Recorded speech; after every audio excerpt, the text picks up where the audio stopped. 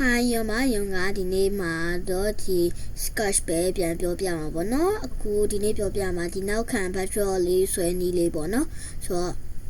စချင်း okay new နဲ့ဆောက်ရအောင် okay ဒါလေးနေရအောင်စချင်းဆိုရင်တော့ဒီ cat လေးကပေါ်နေလိုက်မယ်ပေါ့နော်အဲ့ဒါယုံဒီနေ့အဲ့ cat လေးကိုမတုံးဘူးဆိုတော့ဒီနာ sprite နေရာလေးမှာဒီအမိုင်ပုံလေးကိုနှိပ်လိုက်ပါမယ်ဆိုပျောက်သွားပြီပြီးရင်ဒီနောက်က state ဟဲ့ဒီလေးဒီ state ကိုပဲနေပါတယ်ဒီဘက်ချောင်းနေလိုက်ပါနော်ပြီးရင်ဒီမှာ battery လို့ရေးနေရပါမယ် costume လို့ရေးနေလို့မရပါဘူးနော်အားလေးနေလိုက်ပါပြီးရင်တော့ဒီလိုပုံလေးပေါ်လာလိမ့်မယ်ပေါ့နော်အမှားကတော့ဒါလေးဆို slot လုပ်တဲ့ဟာလေးပေါ့နော်ဒီမှာကိုယ်တပြင်းလုံးချဲခြင်းနဲ့ဆိုရင်တော့ဒီစတူကန်ပုံလေးယူလိုက်ပါဘယ်နဲ့ဒါတော့ဘလို့လဲဆိုတော့ဒီလိုလုပ်တဲ့ချိန်ဒီဘေးမှာအမဲအောင်ခဲနေပါမှာဒီဘေးကအမဲအောင်လေးမပါစေချင်လုံးဝပြောင်းမဲလို့ခြင်းနဲ့ဟဲ့ဆိုရင်တော့အဲ့အလေးကိုဒီနာဟာလေးနဲ့ပိတ်ထားလိုက်ပေါ့နော်ဆိုတော့ပြီးရင်ဒီမှာဒါဆိုလို့ရှိရင်ဒီလိုမျိုးအပေါ်ကနေအောက်ကိုလာမယ်ပြီးရင်ဒါဆိုရင်အလဲကနေလာမယ်ပြီးရင် okay ဆိုရင်ဒီလိုလေးဖြစ်မယ်ပြီးရင်ဒီရဆိုရင်နော်ဒီလိုမျိုးလေးလာမယ်ဒါဘယ်ရောင်မဆက်ဆက်ရရနော်ဘယ်ရောင်ဆက်ရဒီထဲဒီနှစ်ရောင်ဆက်လို့ရမှာဒီထဲမှာဆိုရင်တရောင်နဲ့ပဲရေးလိုက်ရမယ်ဆိုတော့ဒါဆိုတော့ဒီလိုဖြောင်မဲလာမယ်ပေါ့နော်သူပြောပုံစံနေပါရှင့်ဆိုတော့ရောနော်စားလိုက်အောင်အခုကတော့you know project လေးတစ်ခုလုပ်မယ်ပေါ့နော်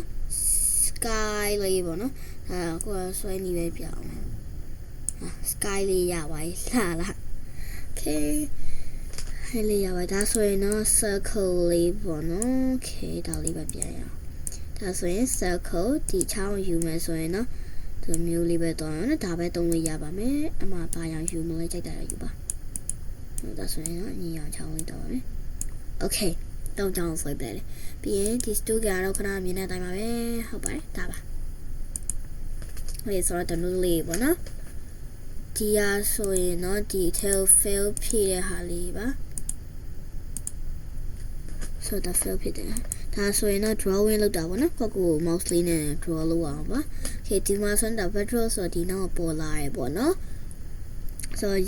ရုံးတို့ဒါတွေကတော့ဒါကတော့လူတိုင်းသိကြမှာပါ erase လုပ်တဲ့ဟာပေါ့နော်ဆိုတော့ရုံးဒီမှာတရားထားလိုက်ရအောင်မြန်လေးဖြတ်လို့ရအောင်ဟန်ကြတယ်လို့မျိုး error တွေတက်တယ်ပေါ့နော်အဲဆိုရင်ဘာမှစင်ဘူးပါနဲ့ရေးလို့မရတဲ့ error တွေတက်တယ်နော်အခုဆိုရင်နှိမ့်နေပါတယ်အဲဆိုရင်ဒီနားက minus လေးကိုပဲပြန်နှိမ့်လိုက်ပေါ့နော်ပြီးရင်ဒီနားကထောက်ပြီးရော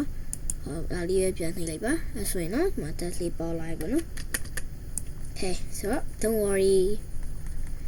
ပြီးတော့ရေးဖြတ်လိုက် mouse pointer နဲ့လိုက်ပြောပို့ okay ဖြတ်ပြီးတော့ဆိုတော့ဒါလေးဖြတ်ပြီးတော့ဆိုရင် erase ဆိုတာဒါဆိုရင်တော့ line တိကျမှာ text တွေလောက်တာပေါ့နော်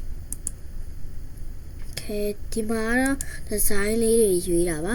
ရုံးကြိုက်ဆုံးကတော့ဒီ curly and handwriting ပြီးတော့ marker လေးတွေပေါ့နော်အဲ့ဒါလေးတွေကြိုက်ပါတယ်ဆိုတော့ yeah နိုင်ပါရှင်ဟုတ်နော်တမျိုးချင်းစီရဲ့ပုံပြသွားပေးမယ်ဒါဆိုရင်တော့ sans and for ဒီထိတ်ဆုံးဟာပေါ့နော်ဒါလေးနဲ့လုပ်ပြမယ် okay ဒါဆိုရင်တော့ဒီလိုရှုပ်ပွားလေးရဲ့ပုံစံလေးနဲ့လာမယ်ပေါ့နော်ဆိုတော့နောက်တစ်ခုကတော့ your handwriting လေးကိုလုပ်ပြမယ် okay မျိုးဟောကဒါလေးပေါ့နော်ပြီး handwriting marker ကို okay ဒါကလို့ပြောင်းလိုက်မယ်နော် handwriting ပေါ့နော်ပြီးရင်တော့ marker လေးကိုဆွဲပြပါမယ် marker ဆိုတော့တို့ပုံလေးပေါ့နော်ပြီးရင် curly ဆိုတော့တို့လေးလာမယ်ပေါ့နော်ပြီးရင် pixel လာခေါ်တော့တို့မျိုးစတူကန်နေနဲ့လာမယ်ပေါ့နော် ပြီးရင်တော့ဒါရတခြားပါလာပြီပေါ့နော်ဒီ3ခွက်ဒါကိုရီးယားကောင်းကောင်းသိဒါတရုတ်ထင်တယ်ဒါတော့ကိုရီးယားဒါတရုတ်ထင်တယ်အားမသိဘူးဒါတွေကဆိုတော့ကိုရီးယားလို့ကြည့်အောင်ဟေး Okay ရုံးတို့ဒီမကြည့်မထည့်စာရေးမထည့်ထားတော့မရပါဘူးရှင်ဟုတ်ဒါလေးပေါ့နော်ဒီဆိုရင်ပြန်ပြတော့ပါမယ်ဒီဆိုရင်ဒီထိတ်ဆုံးဟာဆန် has serif ပြီး serif ကဒီလေး handwriting ကဒီလေးပေါ့နော်ပြီးရင် marker ကဒါလေး color ကတော့ဒီပုံစံလေးပေါ့နော် pixel ကတော့ဒီ student လေးနဲ့တွားထားတာပါဆိုတော့ file လေးထုတ်လိုက်အောင် okay free computer ဒါလေးကတော့အရင် file ပြန်ရပါနော်ဆိုတော့မနေ့တော့တင်ထားတဲ့ဟာလေးကိုပြပါမယ် okay wait a minute ပြန်ရပါမနေ့တော့တင်ထားကြ left right ပေါ့နော် left right လို့ပဲမှတ်ထားပါဟုတ်ပါနော် left right ပါဒီနေ့ကတော့အကောင်လေးတွေကိုထပ်စပြီးလုပ်ကြပါတော့မယ်အခုစမှာ K and K ပေါ့နော်ဒါလေးနဲ့စပါမယ်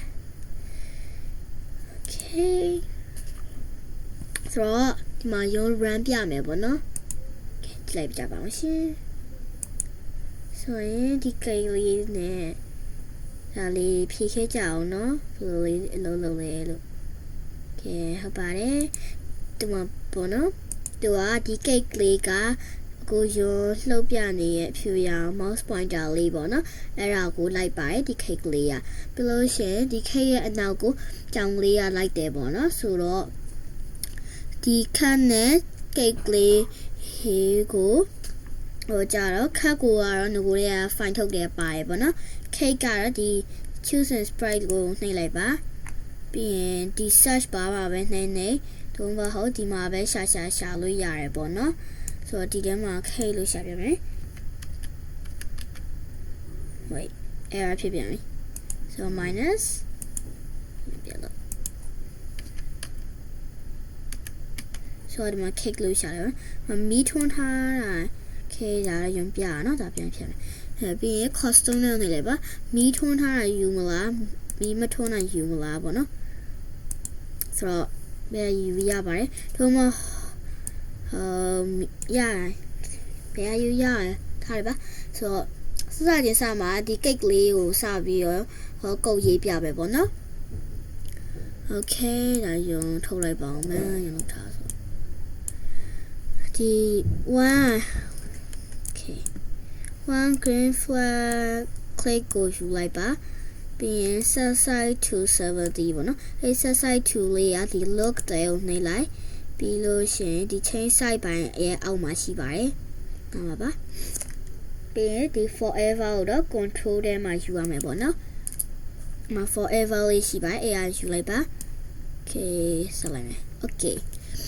ပြီးဒီ pointer ကို mouse pointer လို့ယူမယ်ပေါ့နော်အဲ့ဒါလေးကဘာလေးလဲဆိုတော့ pointer ကိုဆိုတော့လိုက်တာပါဟာ chase လုပ်သူပဲပေါ့နော် sprite 1ဆိုရင်ဒီခက်လေးရဲ့နောက်ကိုလိုက်ပါပါ mouse pointer ဆိုတော့ဒီအခုထောက်ပြနေတဲ့ဖြူမြားလေးပေါ့နော်အဲ့ဒါ mouse pointer လို့ခေါ်ပါတယ်ဆိုတော့ဒီ pointer တော့ point interaction အောက်မှာလည်းယူလို့ရပါတယ် okay ဒါလေးကိုsprite 1ပြောင်းထားရင်လည်း mouse pointer လေးပြောင်းလိုက်ပါနော်ပြီးရင် okay ဒါလေးတော့ပြင်ဖြစ်လာပြီးရင် move 10 step ပေါ့နော်ဒါကတော့ဒီထိတ်ဆုံးကရှိပါတယ်ဒါကအနောက်ကိုလိုက်တဲ့အမြန်နှုံးပေါ့နော်5လို့ထားရင်နေမှာ1ဆိုရင်တော့လောကလိတ်ထက်တော့နေတတ်တယ်ပေါ့နော်ဆိုတော့ 0 point နဲ့ထားလို့ရပါတယ်အဲ့ဒါကိုတော့ဒီအောက်မှာထားလိုက်ပါဆိုရင်တော့ဒီမှာခိတ်ကတော့ကိုယ့်ရဲ့ point တော့ chase လုပ်နေပါနော် K ခက်လေးကိုခဏလောက်ထုတ်ထားရအောင်ဆိုတော့ K လေးပဲပြချင်လို့ပေါ့နော်ဆိုတော့ဒါလေးကတော့ဒီမှာ chase လုပ်နေအဲ့ဆိုရင်ခုနတော့ပြောတာခက်လေးကခိတ်နောက်ကိုပါ chase လုပ်ရမှာเนาะဆိုတော့အဲ့ဆိုရင် cake လေးဟို chase လုပ်ဖို့ခက်လေးကိုတွားရအောင်ဆိုခက်ရဲ့ကုတ်ကိုရေးမယ်ပေါ့နော်စစချင်းဆိုရင်1 green flag click ကို okay event ထဲမှာတွားယူမယ် ပြီးရင် look there ကနေ set side to ဟို stay အောင်ယူပြီးတော့ကိုကြိုက်တဲ့ site ကိုပြောင်းလိုက်ပါ forever လေးကိုကတော့ line တိတော့ဘာမှယူရမလဲဆိုတာဆိုတော့ yep okay forever လေးကိုယူမယ်မတက်လိုက်မယ်ပေါ့နော်တို့လေးဖြစ်သွားပြီ point tower ခုနက motion နဲ့ရပဲရောပါမယ်ဒီတစ်ခေါက်တော့သူ sprite 1မဟုတ်တော့ mouse pointer ရဲ့ K ရဲ့ပြထားလိုက်မယ်ပေါ့နော်အဲ့တဲ့က mouse pointer ကိုမယူပါနဲ့ K ကလေးကိုယူပါရှင့်မိ K ကိုဒီရဲ့ထည့်လိုက်ပါ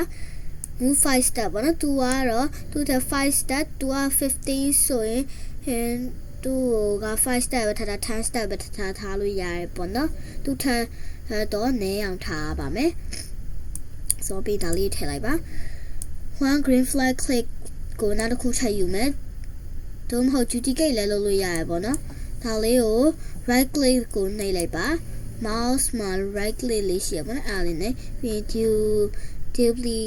duplicate ဆိုတာဒီအလေးရှိရပါတော့အားလေးနှိပ်လိုက်ပါပြီးရင်တော့ဘေးမှာချလိုက်ပါနော်ဆိုရပါပြီဒီဒါလေးပြန်ပြထုတ်ပါအဲ့ဒါတက်လိုက်မယ်နှစ်ခုချိန်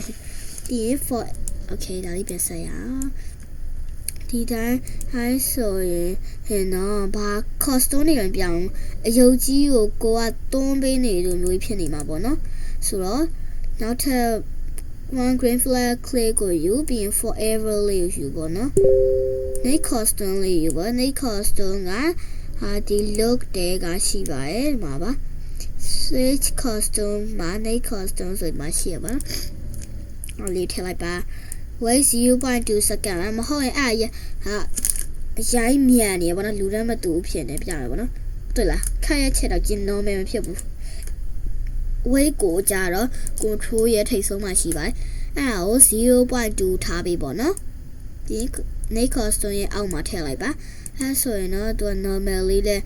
ရှောက်တယ်ဒီနောက်မှာ chase လည်းလုပ်တယ်ပေါ့နော် backdrop ကတော့ဒီထဲကနေကိုကြိုက်တဲ့ backdrop ကိုယူလိုက်လို့ရပါတယ်နော် okay ဆိုတော့နေရတော့ဒီလောက်ပါပဲ sketch လုပ်နည်းလေးကိုကြည့်ပြီး coding ကိုလည်းအဆင်ပြေနဲ့လုပ်နိုင်ကြပါစေလို့ဆုတောင်းပေးပါရှင်ဆိုတော့အလုံးမဲ့ bye bye နောက်နေ့ကျရင်လည်းဒီလိုမျိုးလေးဆက်တင်ပေးပါမယ်နော်